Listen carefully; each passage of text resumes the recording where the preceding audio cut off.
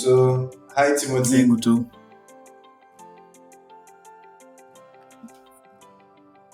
Um, Before we start, I'd like you to just introduce yourself so people can My get name to know is you. Temba Yucho. I'm a Nigerian, but currently I live in Atlanta, USA. I spent about 18, 20 years in the United States, but within that there have been a few breaks in between. Went back to Nigeria, spent a few years working before I came back. And I started as a telecom engineer. Now I've moved to uh, data science and analytics, and that's what I'm currently doing right now. And for a breakdown, I did my undergraduate in Nigeria, so I spent first 25 years of my life in Nigeria. So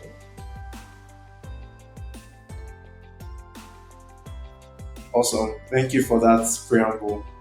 So, have you tried buying a home in Nigeria? yes, I've tried it a few times, and it has hurt. Let's say three times specifically. Um, and now I even have a land that I've not developed yet, hoping that maybe when I go back out. The first time I tried, and because I'm abroad, I need to buy a house which will be developed for me. So since I can't get someone to do that, I need at least get an organization that will do that. The first time I tried getting a house was back in 20, 2013, 2015. There's a program which the NLC did with uh, with uh, with a company called Christian Lally. So because it was with the NLC, I felt it was trustworthy enough. Invested in it, and somewhere along 2 years after, it was a big problem. It and monies have to be refunded. The case had to even go to court, and I lost close to 50% of what I put in. Then imagine that was 2015. I think, if I'm not mistaken, it was up to 500,000 naira I put in there. At least the good news is at least I got about 300,000 back. That was good, and that gave me a very bad taste of trying to develop in Nigeria. And when I went back, I tried. Okay, let me. Since I was in Nigeria, I said, okay, let me try something myself. Tried to get a piece of land in Abuja. Got the papers signed, and where I ended up getting the land wasn't where I expected it to be. It was further away from where there was infrastructure road.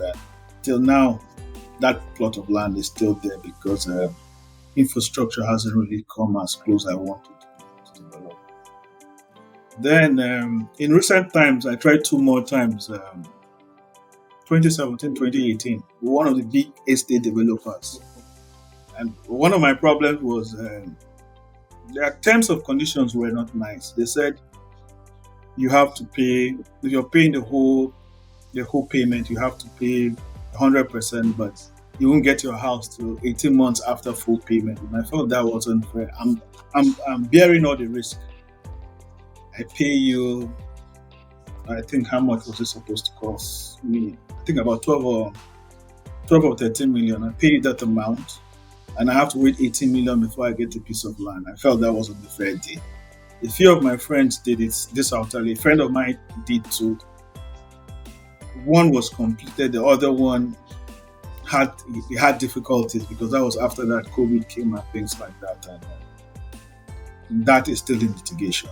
Then recently, this was last year, one of the other big developers in Abuja again, friend of mine that said he had contact and said, "Hey, this is going to work." So I said, "Okay, let's make this work." But and I told him my pain, but since it was a friend I trust, put in the money there. 3 months after 3 months, I got a letter of allocation. I was supposed to get my house in 15 months. Then 12 months after, they sent me a letter that, oh, the place they were supposed to develop had some issues of rock and they couldn't develop this piece of land for me. And either they moved me from somewhere else, I think it was a pool, and they said they're going to move me to where the train station is now, or they will refund my money with They do. 5% interest. So you can imagine somebody having your money for 12 months and telling you it's going to give you a 5% interest rate.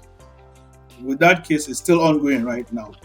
So that is the pain of acquiring a property in Nigeria when you're in diaspora. But it's not all that bad because my brother, when I turned down in 2017, 2020, he decided to do the same one I turned down. And it kind of worked well for him because he offered to just make it a frame and to complete the inside. It worked out for him. So it's not all gloomy. It's kind of 50-50. So, but for me, it has been very painful.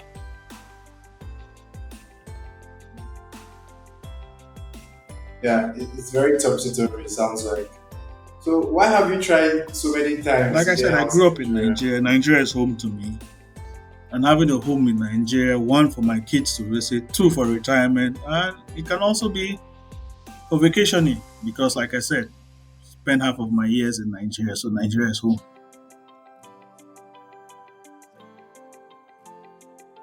Okay. So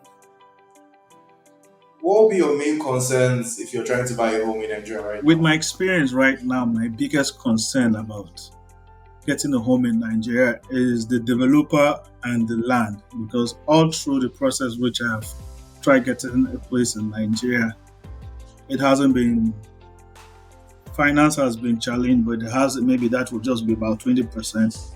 But my main issue has been getting a trustworthy developer and the person delivering based on the timeline.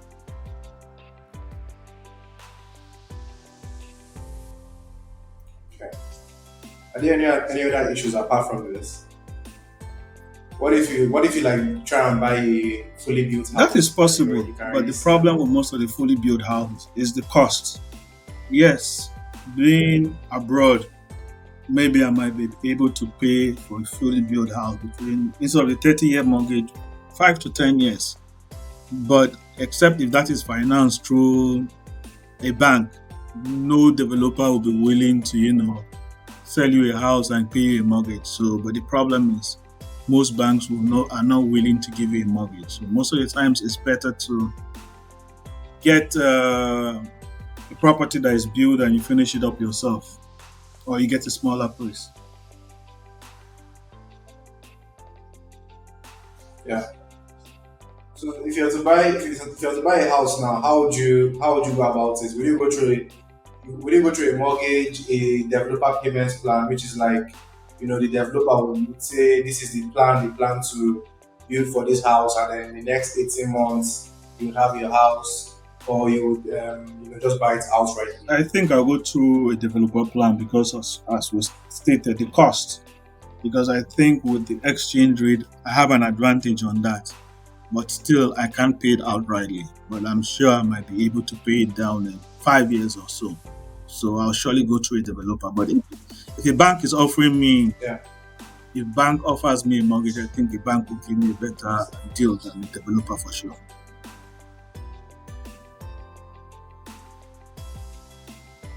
Okay. So what do you think can improve the home buying process for somebody that is in the diaspora? Most of my suggestions will be based on my experience. And from my experience, I feel that most of my pain came through the developers and acquiring land. Like I stated earlier, I got the land and I felt, looking at the plan, I had it in a specific spot, but when it finally came out, that wasn't the spot I really paid for. So I think land ownership and acquisition has to be done better, done in a better way. I know Abuja has really improved it with ages, and that is great. And also, if going to a developer, I think developers have to be a better guideline for developers because with inflation and some other things, I think some of the developers don't have the financial capital when things go south, and it's difficult.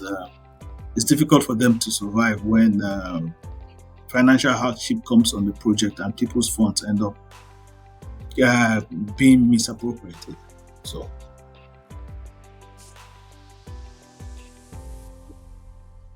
Okay.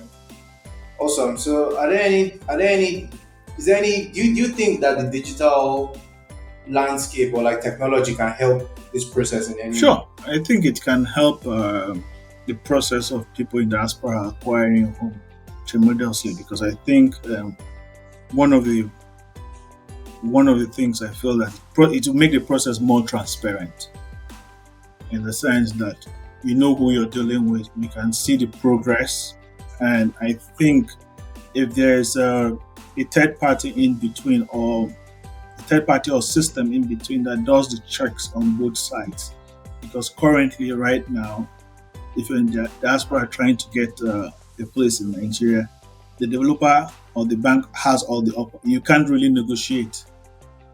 So the deal you're getting is not always the best. But if Mm, there's a third party in between or a third party system that both sides trust, both the developer and me, the customer on this side trying to get the place, I think it's going to help the process tremendously. yeah. That's very interesting. Do you see lots of Nigerians in the diaspora trying to own property back home or invest in real estate back home? Is that a trend? Well, I wouldn't say it's a trend, but I think it's something that most people want to, but when they see the process and the difficulty, that's when the challenges of doing that. I think that is what holds them back. But if there's a process of doing it that is straightforward, I think more people will do it. Like I said, most people instead of going would really like to go on vacation back to Nigeria, either as individuals or with their family, because it's a low cost of you trying to go back and also to show your kids what where you're from is. So I think if there's a better process, more people want to engage, especially those of us that grew up in Nigeria and see Nigeria as a home. Yes. Awesome. So thank you, Timothy, for taking back for this interview. Is there any other thing you'd like to But I say think you're doing a good before we job wrap in up? trying to bring mortgages and diaspora back into the housing market in Nigeria because I think we spoke about this earlier. There's a housing deficit in Nigeria a lot, and I think what you're trying to do is really going to help on this. So I think you and your team should keep up the work, and I think there's good prospects. So good luck.